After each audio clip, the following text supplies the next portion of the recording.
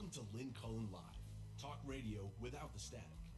Email your questions and comments to lynn@pghcitypaper.com. And now your host, Lynn Cullen.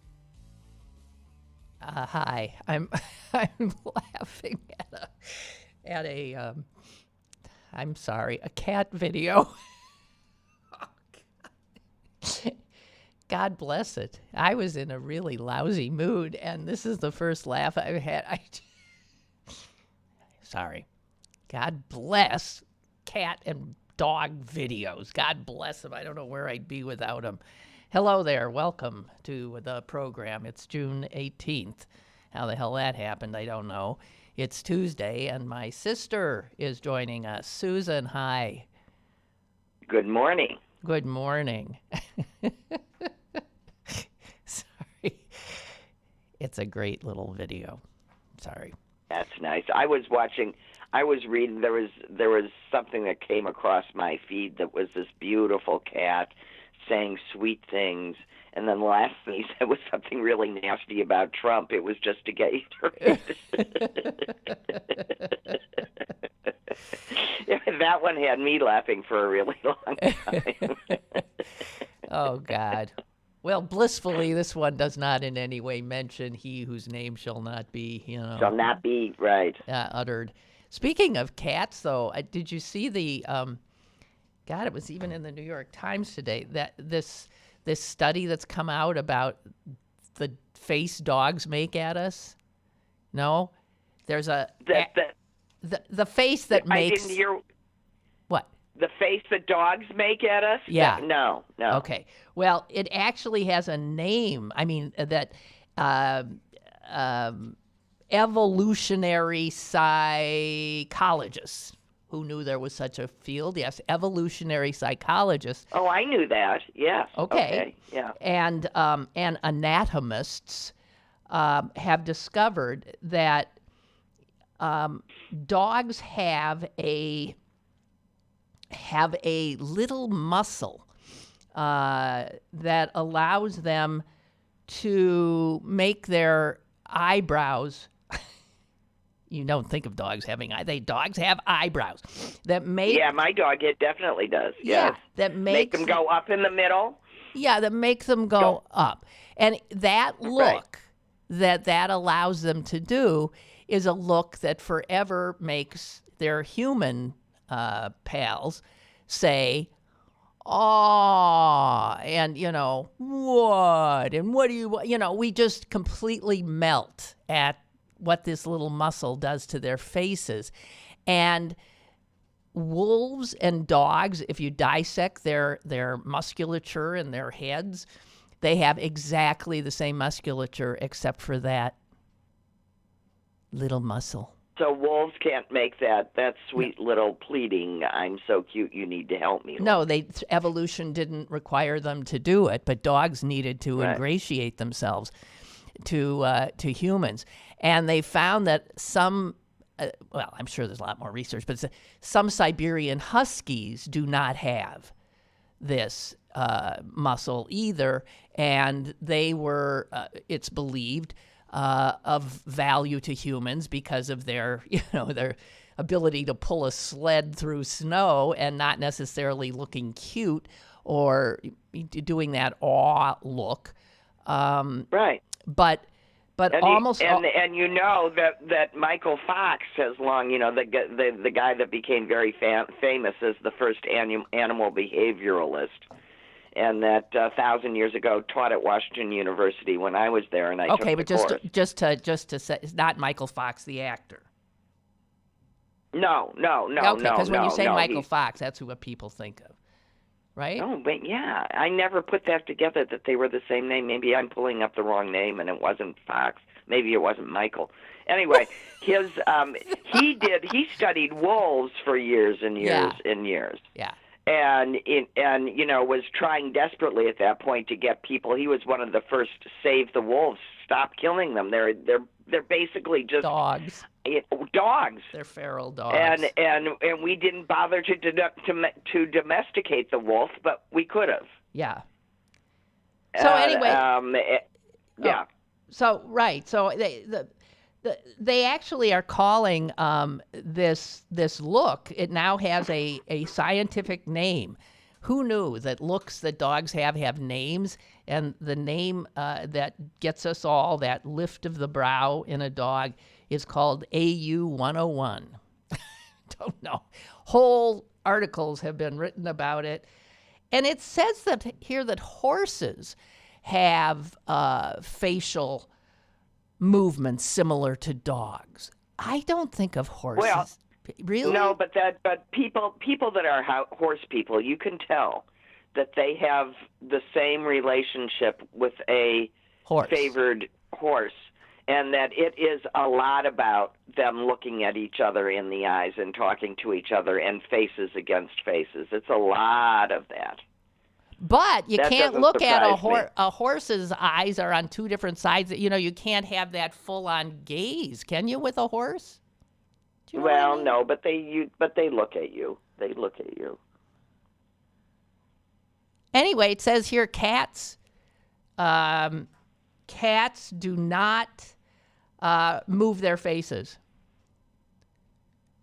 at all. And I was thinking they don't, because they seem to me so expressive. But they don't.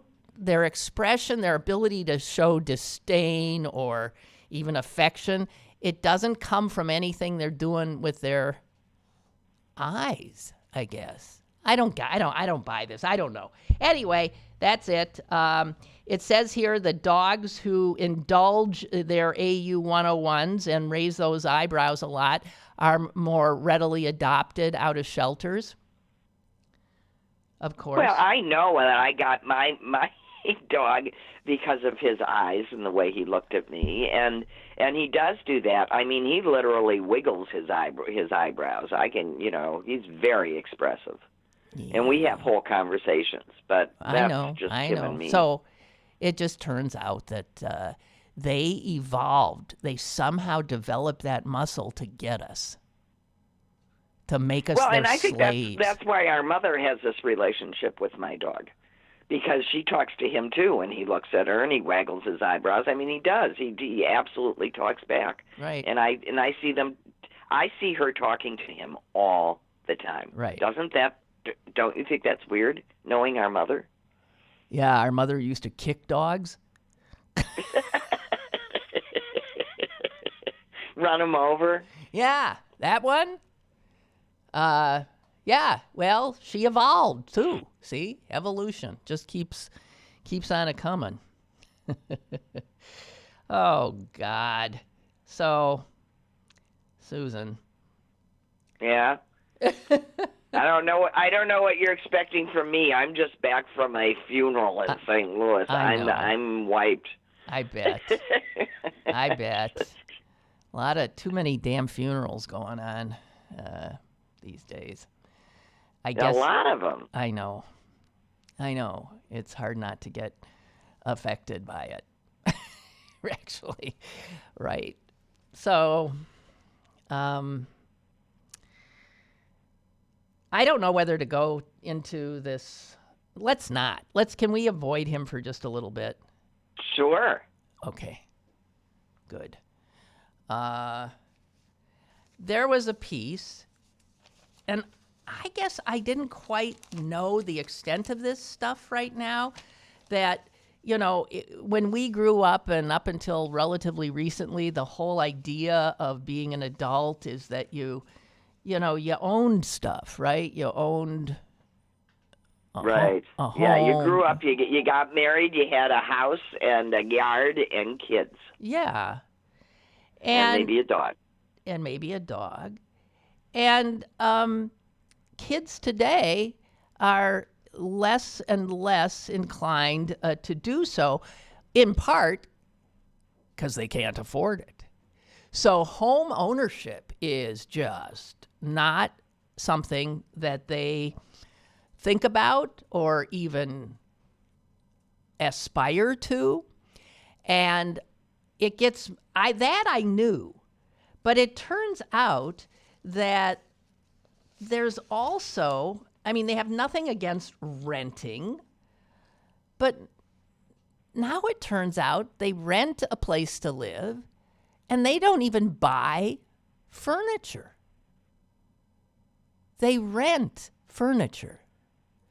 And I thought, oh my God, rent from one of those horrible, rent places you see, Rent-A-Center. Yeah. Right? Right.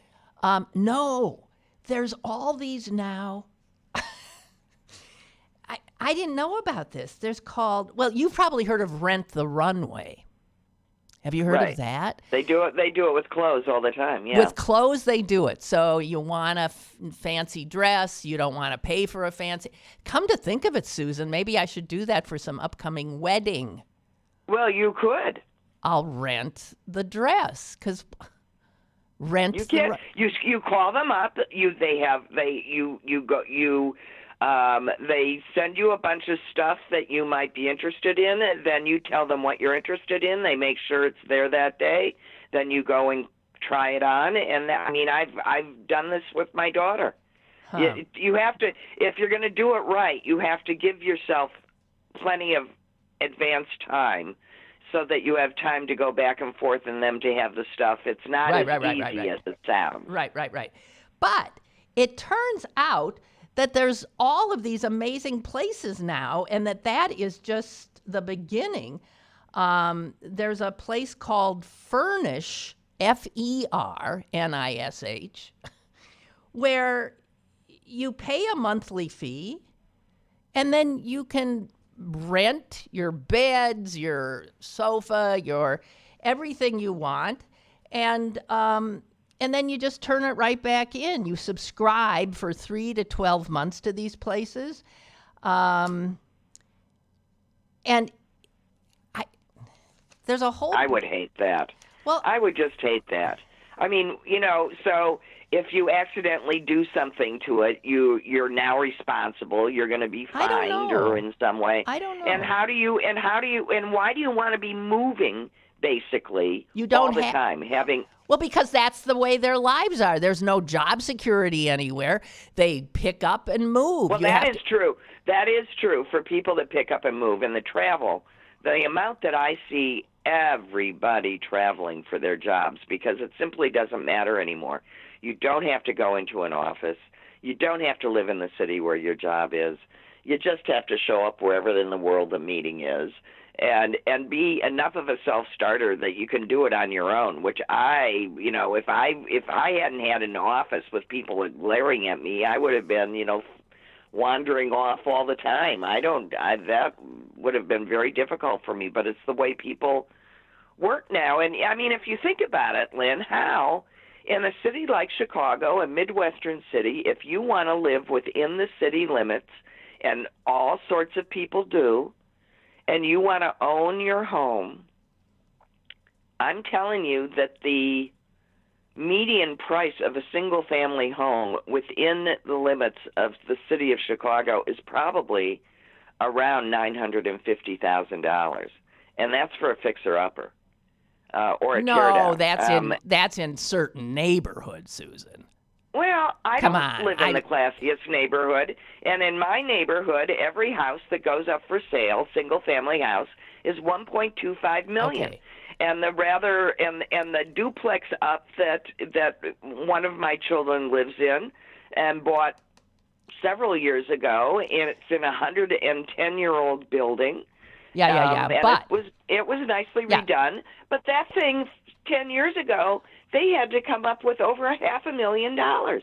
Okay, but Susan, Eric and I didn't sell our last house for that amount of money. Susan, I do not know how people are supposed to do this, and certainly not ever move into anything nicer. And this is with two working people who both have very good jobs. No, I understand that. But, I have driven through parts of Chicago that are like more working class neighborhoods with little homes that look like, neighborhoods in Green Bay. Those houses are not.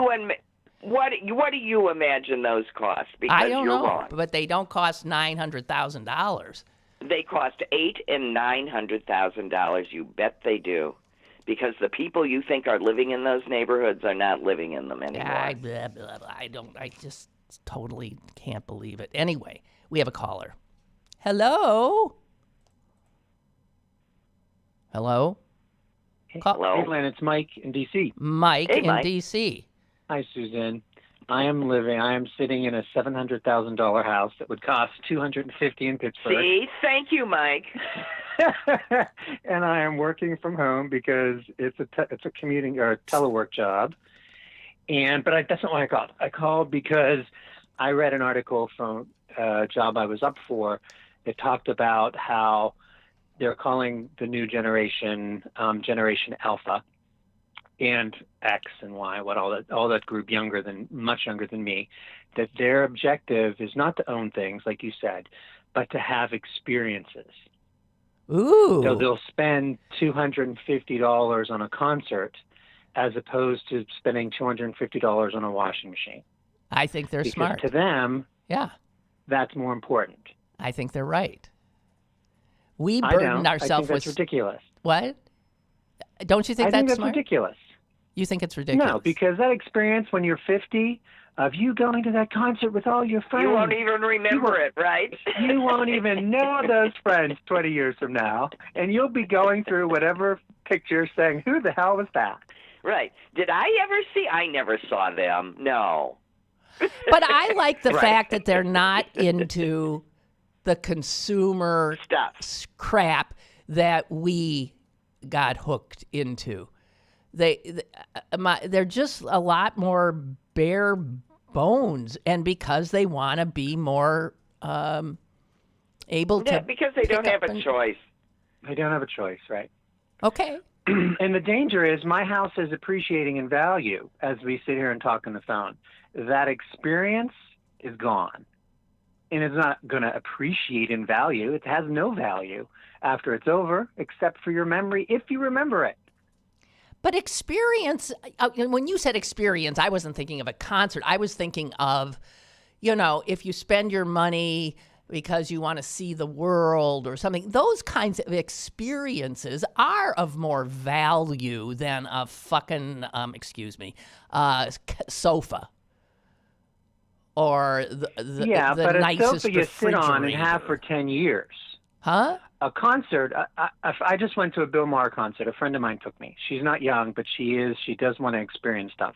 And the ticket, no joke, was $245. Yeah. It's ridiculous. Yeah, ridiculous. I didn't pay for it. Yeah. I didn't pay for it. Yeah. But she didn't think twice about plopping down $500 for 2 tickets to see Bill Maher. I would no more do that than walk home to Pittsburgh. You can see him free on TV. Especially Bill Maher. every Friday night. night. You can turn him on and get aggravated by him, for free.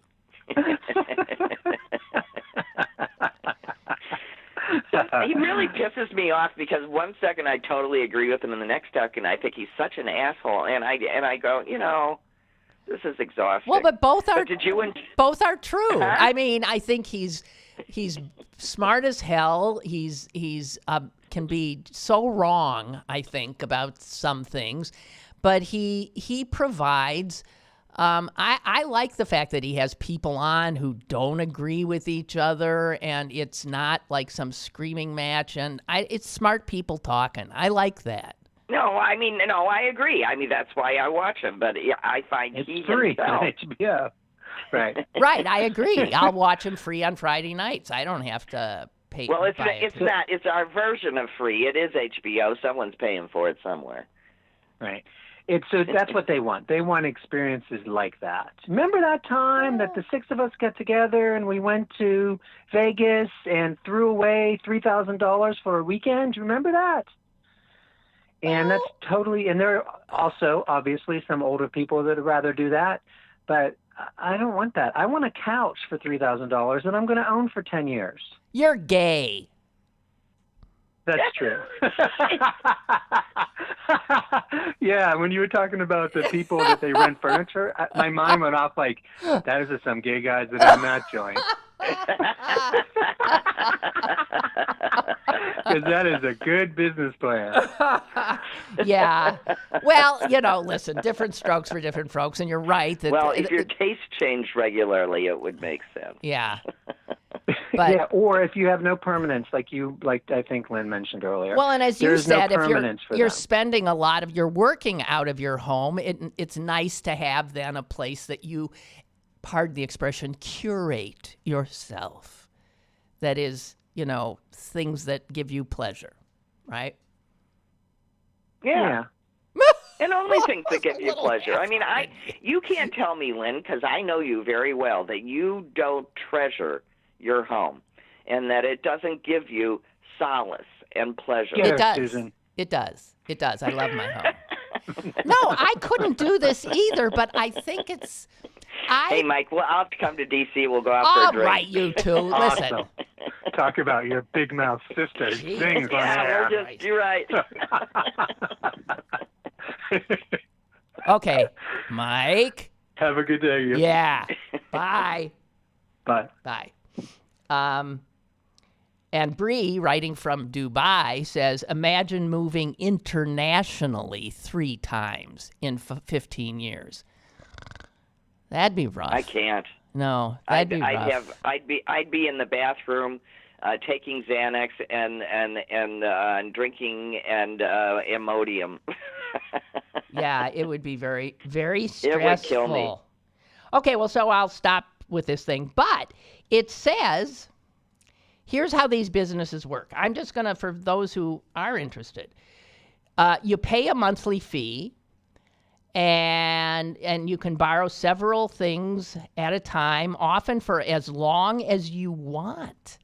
They are mailed with prepaid shipping labels, so it's easy to return them.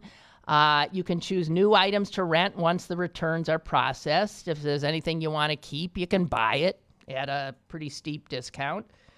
And there's drop-off centers now. Listen to this. In New York, where a ton of people do this kind of thing, some of these places that rent this stuff out have drop-off centers at where you work. It says each location is outfitted with a scanner so subscribers can order new merchandise as soon as they deposit their last rental. The drop-off box... Well, yeah, but you aren't... Listen to this. Lynn. You aren't depositing. You aren't walking in with a couch under your... No. These are clothes. Oh, this would be clothes. This would be clothes, blenders, vacuums, things like that is what they do a lot of. The drop-off box at Goldman Sachs in Manhattan is just one of the busiest little places imaginable. REI has heavily expanded rentals at their stores. They're totally going in for this so that if you're going camping, but you might not like, you can rent stuff and not... Well, that makes sense. But that makes sense because what you've got is, let's say you want to do a camping trip once. Well, Why do you want to have to own everything to do it once? Well, okay. Here, I just want to say that here are some brands that now offer subscriptions. Here's one you like, Susan. Vince now has a subscription service. Vince? Well, they should, but I don't. I don't see it. Well, that's I'm fine. just telling you, you can rent some Vince crap. Rebecca Taylor, American Eagle, Express, Ann Taylor, Urban Outfitters, all of these places now are because they go where the action is, and they've got new different kinds of consumers coming up. So this is not your dad's rent-a-center. It's a totally different business model. Just saying. I like the idea of things like renting. You can rent like a certain appliance or something. Why buy? That makes sense for the number of times that the most people would use, for example, a big expensive KitchenAid professional strength mixer, which might cost you $500 with all the attachments. It's a step up from the regular one. But if you want to make a hearty bread, that's what you need. I would have rented it before I bought it to find out how often I was actually going to make that bread. Yeah. So before I invest in owning it myself, because I do have a lot. I was a major cook, and I've got a lot of very expensive equipment, which now I just have to cart around with me, and I take out maybe once a year. There you go. So I like the idea of But there was a time when it would have made sense for me to own them because I cooked all the time. But I love the idea of sort of divesting myself of stuff. I do. And sometimes that's just so to makes room so that you can then buy more stuff if you get to slide back into your consumer.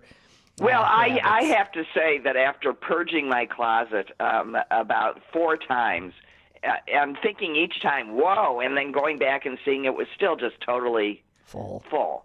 So, another later I go in and I purge again, and I go in, it's still totally full. And in my defense, I have to say, I mean, I've lived a long time, and I just never throw anything away. So it was 60 years worth of clothes,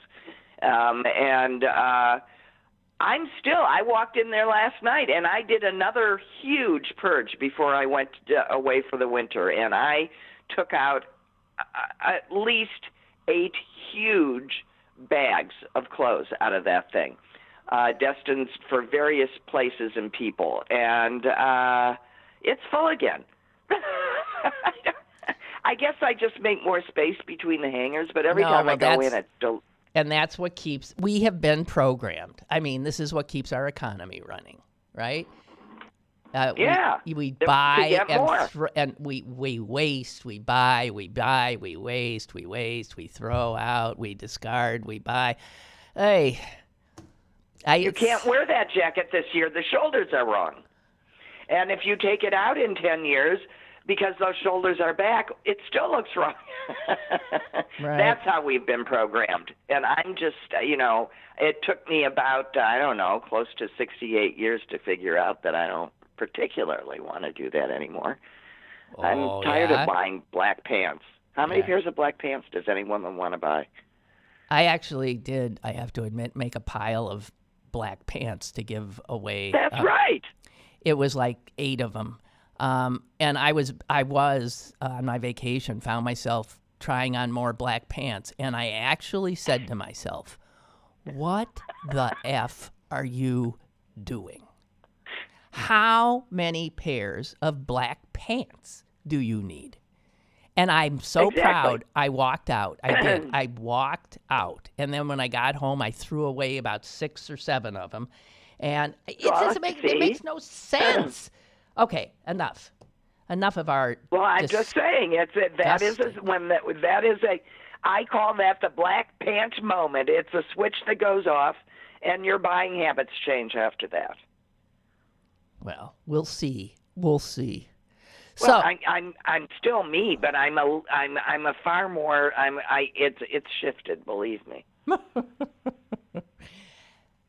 I don't like seeing headlines like this on page 3 of the Wall Street Journal, but here we were, guys. Big, above the fold headline for all the world to see. Pittsburgh air put at risk again. Guys, Susan, are you aware of how foul the air I breathe is here? Yes, I am, because it's made you ill. Yes, I've definitely gotten adult asthma. It's making me think we need to get you out of there. Well, actually. It's too late. No, the damage is done. My lungs have been messed up by living here. And I'm hardly alone. More people die here of unnecessarily because of the crap we breathe. And the crap is coming from very specific sources. One of which is this plant that managed to have a fire in it again. It's over 100 years old. It's a coke plant, not the coke you drink, but the coke. I know. The coke that is required to make steel. Yeah. Right. Mm-hmm. And this is U.S. Steel, and they're killing people. You're killing people just because, Pittsburgh used to be visibly polluted.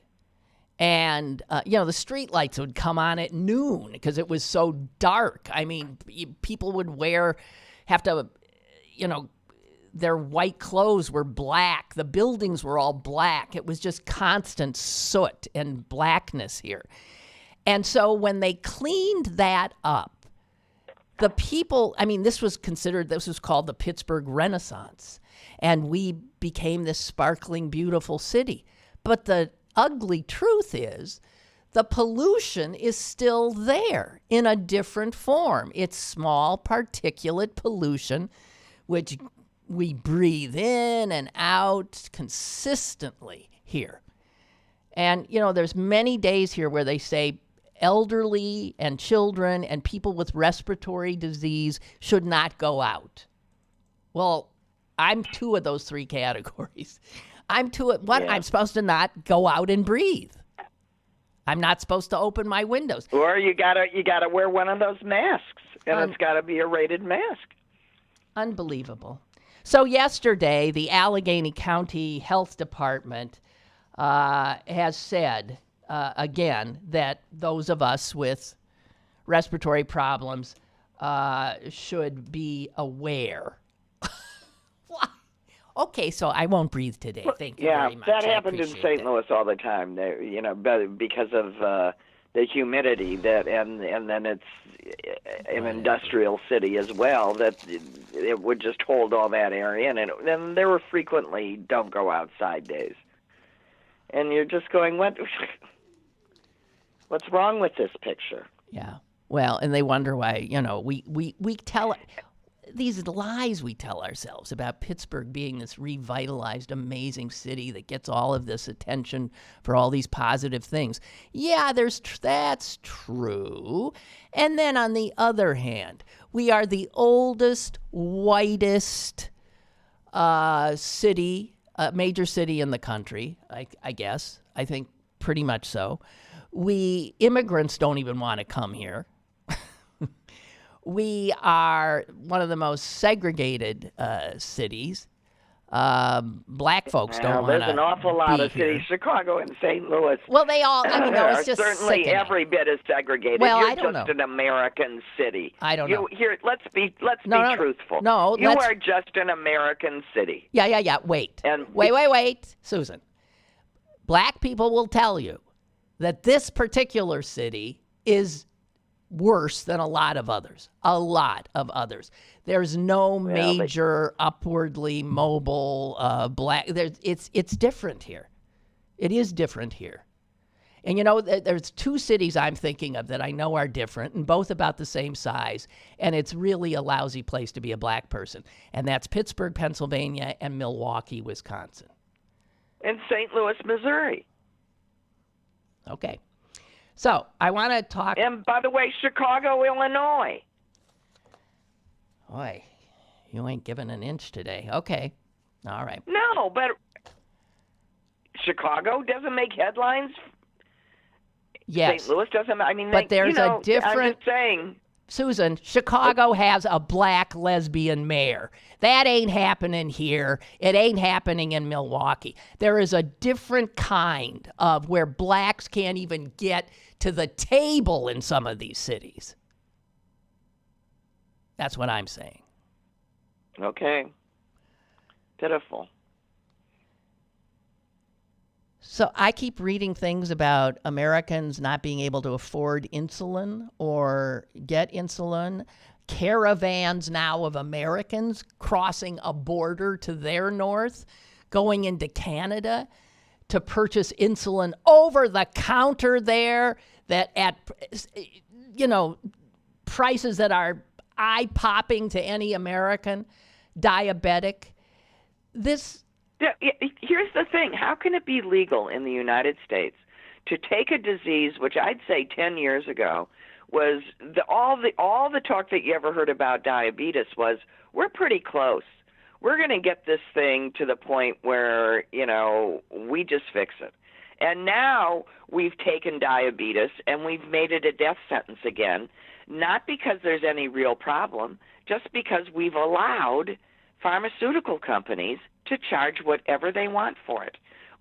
We used to have monopoly laws in place. Now they've been overruled by patents.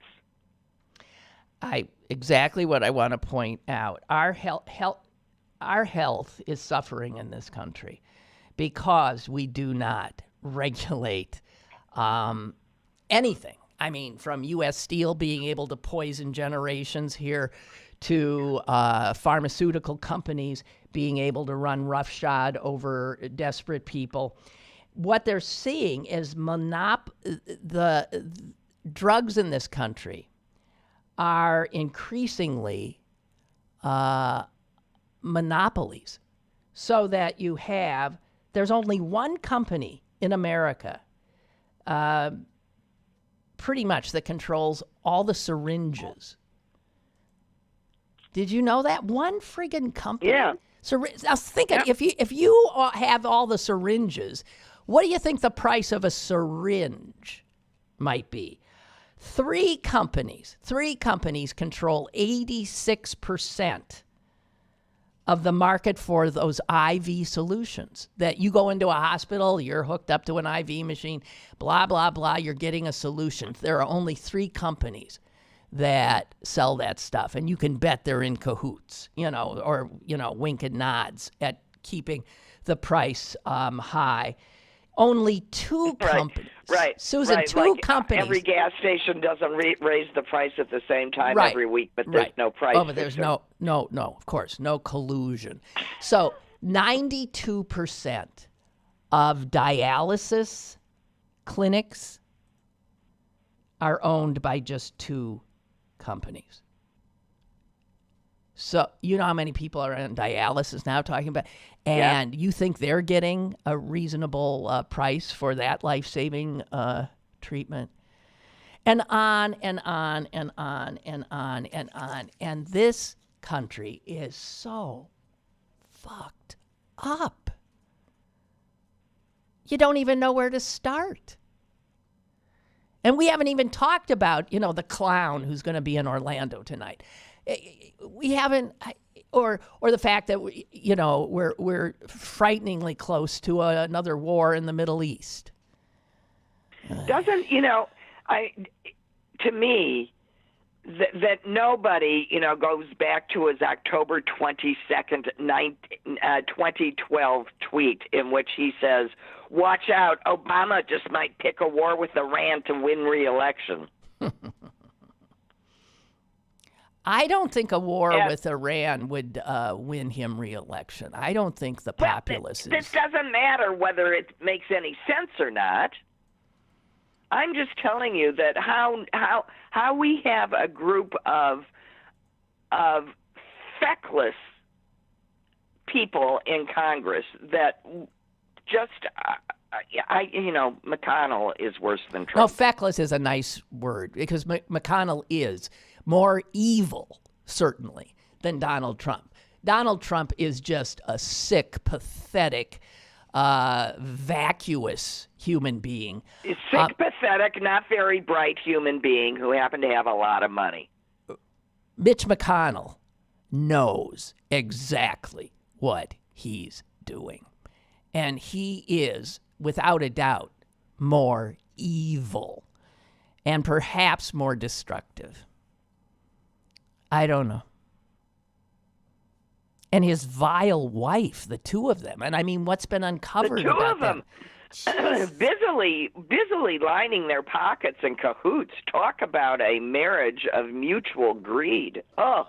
And well, she's from one of the wealthiest families in China. Like, they need more money?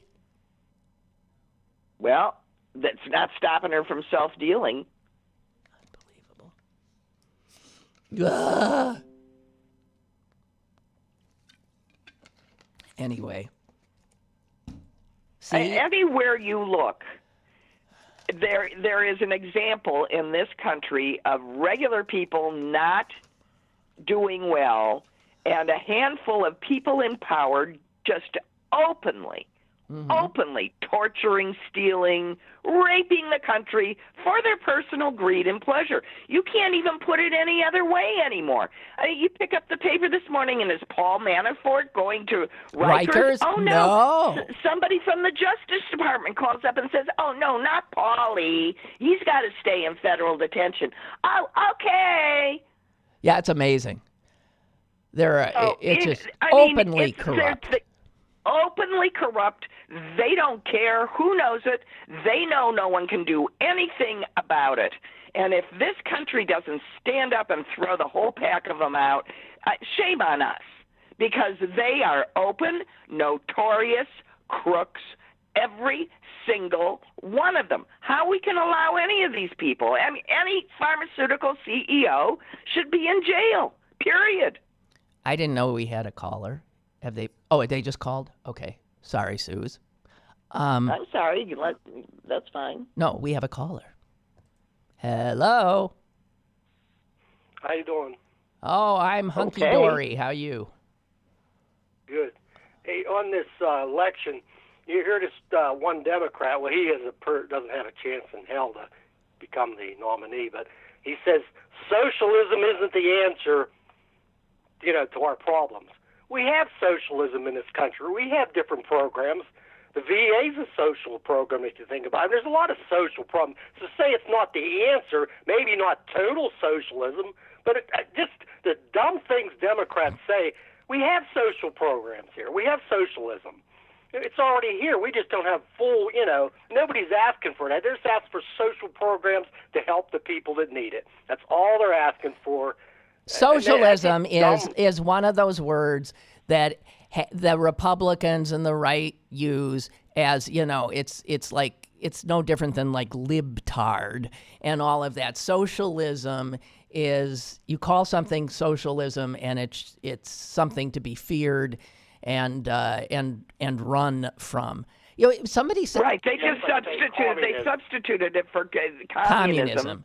And now it's socialism. And of course, Social Security. Any Medicare, anything that we've put together as a program that normalizes, across a people to make sure that everybody's got a basic safety net. You betcha, that's socialism. Yeah. Well, that was Hickenlooper who said it, and he's worried, and understandably, that the Republican, smearing and use of the word socialism and the way that a lot of other Democratic candidates are throwing it around like it's a good idea, that, unless we Democrats define our terms better, we're going to get played over and over by the other side that uses words much better than we do.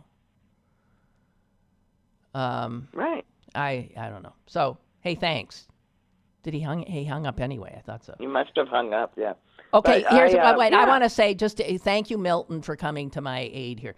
Milton, who lives in Columbus, Ohio, but I believe grew up here in Pittsburgh and is black, says this: Pittsburgh is the only city I know of that has no black middle class, or even the prospect of a black middle class.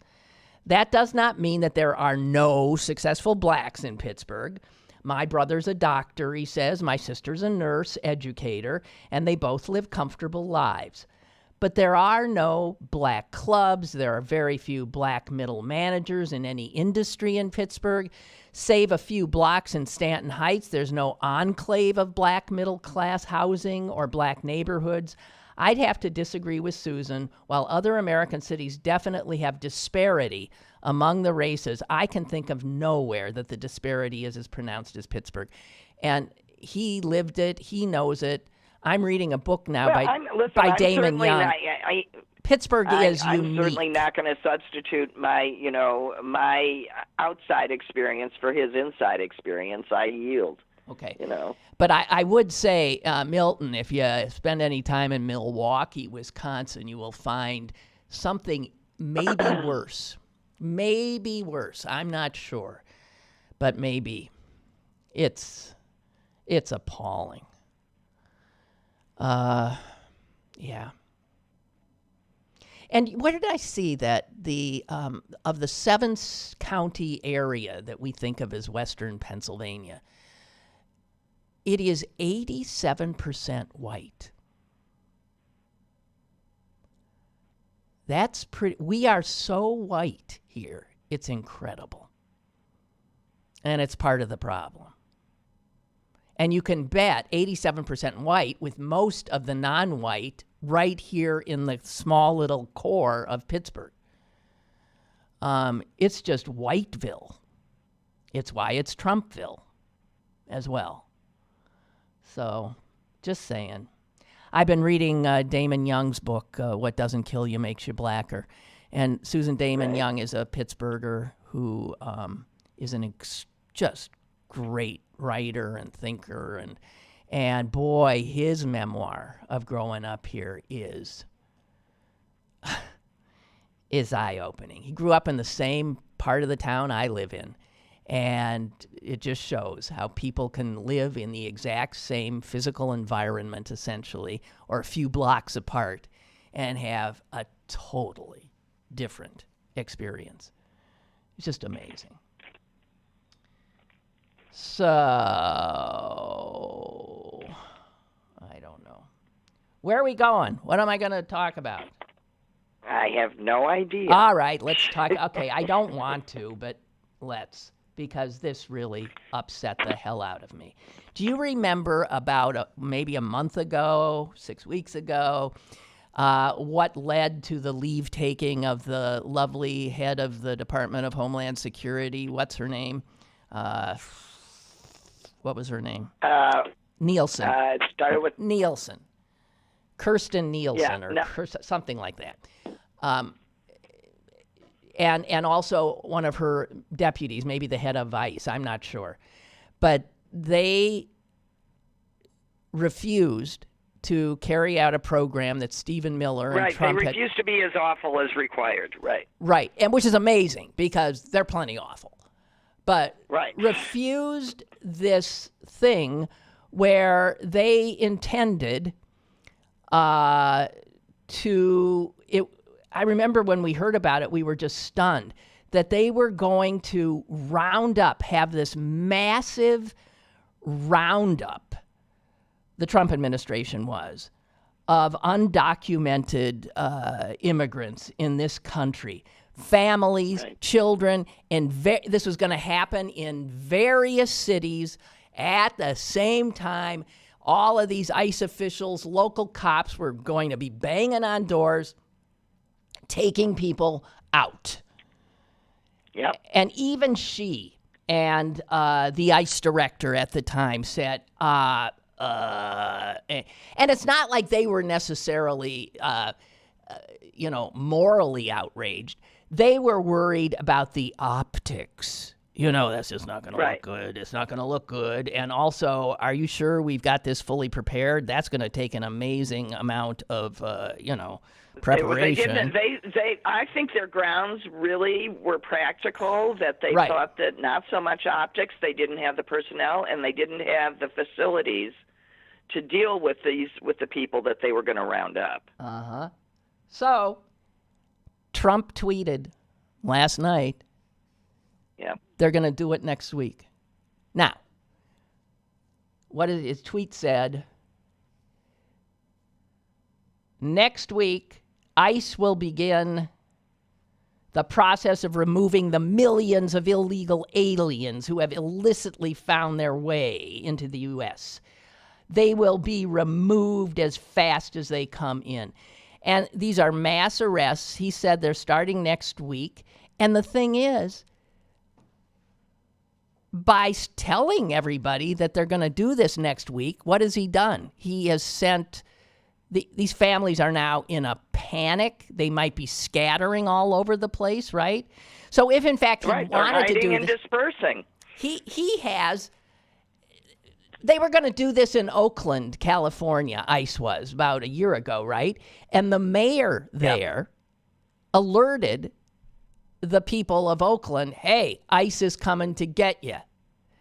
And they all sort of ran.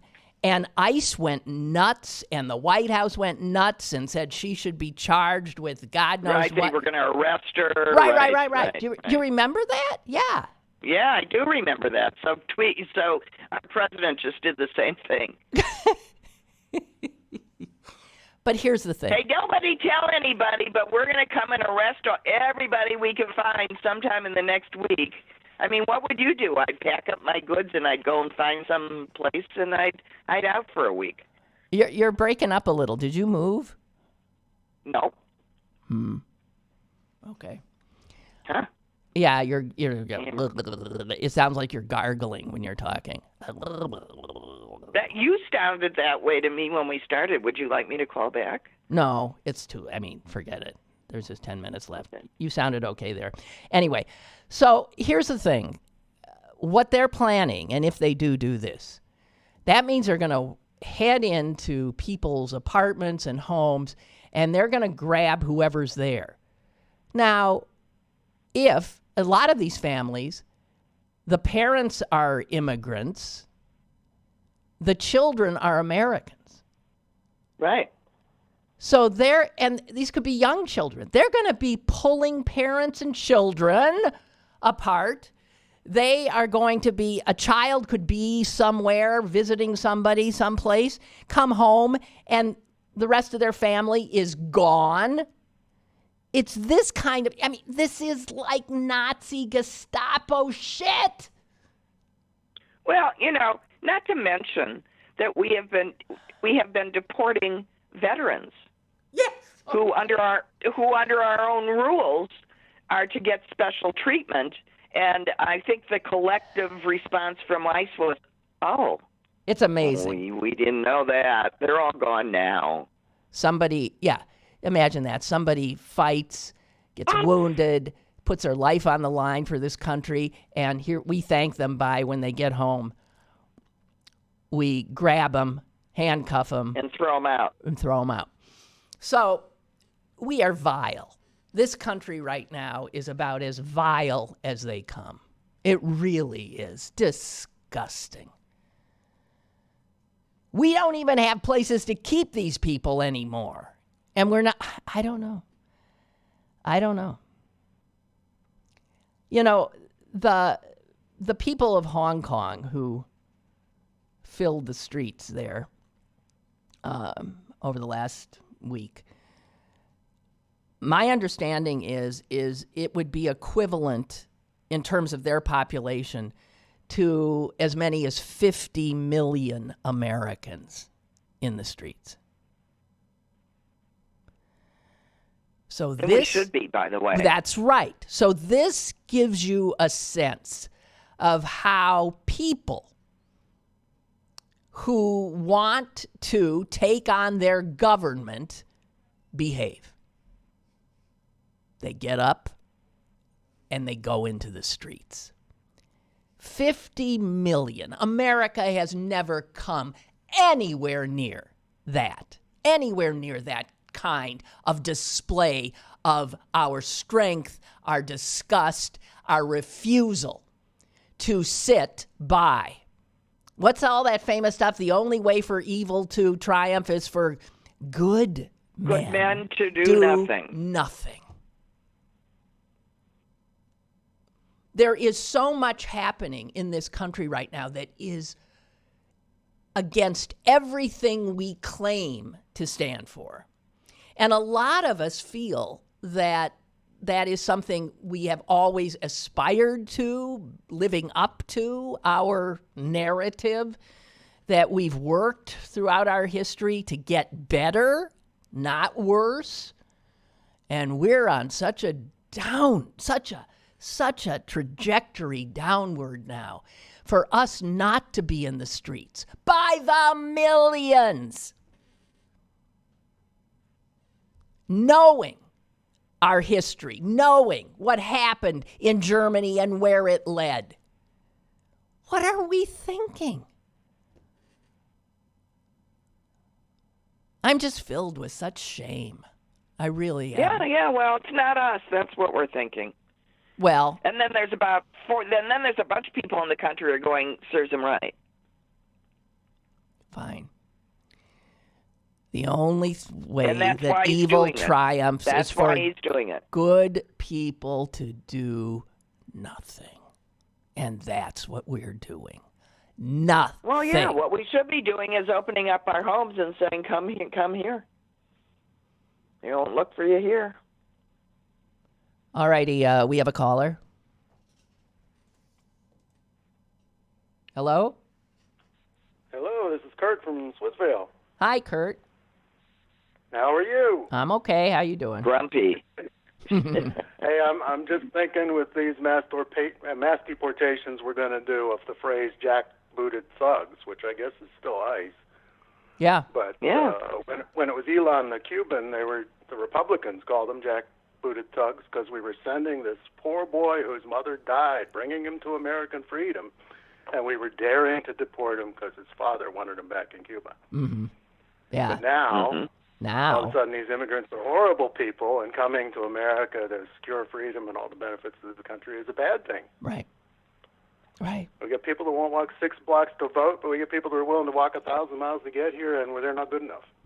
Isn't it something? I mean, isn't it just something incredible? Hey, can I check and see if Susan agrees with me on Morehouse? Oh, sure. Yeah, sure. Well, you think about all the times that wealthy benefactors were given money to make Cornell medical free, and NYU is free or paid off their loans, so it's nothing unusual anymore, right? People are doing it all the time now. Right. But this time around, there was a lot of criticism. There was, at least in the Post-Gazette editorial, there was this notion that maybe we shouldn't do that. It teaches these kids the wrong lesson, and maybe they shouldn't have gone into debt in the first place. And Or what about all the kids that didn't get it? That's the one that got me. Don't be generous because you can't be generous enough. Well, but yeah. But this that too. editorial, But I just, Susan, in the local paper was saying all of a sudden, whoa, so these kids are going to get the wrong lesson that, yeah, you can go into debt. Someone will bail you out. We really ought to make them pay this debt back because that's the right thing to do. And it just smacked to me the fact that the first time anybody brought this up, and that we know what's best for the kids, and that really, we need to take care of them and make sure they learn the right lessons, but we don't want to give them too much, just smacked of like a little racism. A little bit of racism there because they were black kids. Yeah, it's okay. It's okay because white kids clearly don't need to learn any lessons. No, you can. No one said that when they did it at NYU. Do. Or at Columbia. Yeah. No one said it. They do it at Morehouse, and all of a sudden it's, oh, well. Yeah. Yeah, don't want to. And let me assure you that the bulk of student debt is held by white kids. Well, by virtue of their numbers, without a doubt. By virtue of their numbers. Right. So, So, no, I absolutely agree with that. Well, the other thing I more think, likely to they deserve can you imagine what it feels Right. like, though, to be, I mean, let's say you graduated from Morehouse the year before, and you are saddled with $80,000 in debt. I mean, it does seem like a cruel twist of fate. Well, he did ask people to show up, that he wasn't the only one that could do that, and that this needed to, and everybody needed to pay it forward. But, do you begrudge the guy that wins the lottery? No, I worry for the guy who wins because the lottery. this class got lucky. Everybody else isn't entitled to, go and cry and say, I got It's unlucky. also, And I though, don't- this is not the way. This is a typical. to solve a problem. This is a typical way we solve problems now. Right. In other words, we don't. We expect, this is, I don't know. But yeah, you maybe can't. the way it works is enough people do this, that there's enough wealthy folks do this, that there is enough resentment of the fact that some people are getting their education for free, that we actually pass some laws to make it free for everybody. Exactly. Yeah, right. Maybe in this country, right? Maybe we have to start looking at why things don't work here, and why people used to be able to go to college and now they can't afford it. Why it cost $2,500 a year when I went, and now that's $25,000 to $30,000 a year at the same school. Yeah. Well, it all comes down to the same thing always in this country. Greed. Someone's making money. Greed. Yeah, someone's making money out of putting people in debt. Really? Because I'll tell you something. Colleges could take their endowments they could take a school like Washington University in St. Louis could take a teeny little portion of its endowment and wipe out the student that is debt correct. of all of it. So could Harvard, so could Princeton, so could Yale, all of these places, which is why I get so angry when people give money to these universities. Do not give money to your schools. God. Anyway, we're done. You had a contract with the school, and half of you went into debt to pay off that contract, and then they come out and say, you owe us something. Yeah, screw 'em. No. Hey. You taught me in law school that I was supposed to pay you for this. You would offer this service. I paid. You gave the service. We're done. All right. Are we done? There's been a lot of bilious stuff emanating from, I know me, a bit from Susan. Kurt, are you still there? Yeah, I'm here. All right. Goodbye, so I hung on. All right. But we're rude today. We might not say goodbye. Yeah, you know? we're done. We're done. It's over. Okay? Thank you for the call, Bye. Kurt. Appreciate Thanks for it. calling, Bye. That's it. I'll take my biliousness and depart. Thank you, Susan. Okay. You're welcome. Okay. I'm going to bed. Okay. Sounds like a good idea. Goodbye. Sounds like a good idea to me. I'm pulling the covers over my head. Okay. Bye. Bye. I would if I could. Okay, guys. See you tomorrow. Hope to be in a slightly better frame of mind. I do.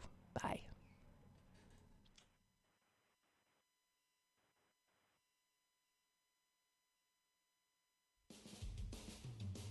Lynn Cullen Live, Monday through Friday from 10 a.m. to 11 a.m. and archived at pghcitypaper.com. The opinions expressed on Lynn Cullen Live are those of the host and do not necessarily reflect the viewpoints of Pittsburgh City Paper or its advertisers.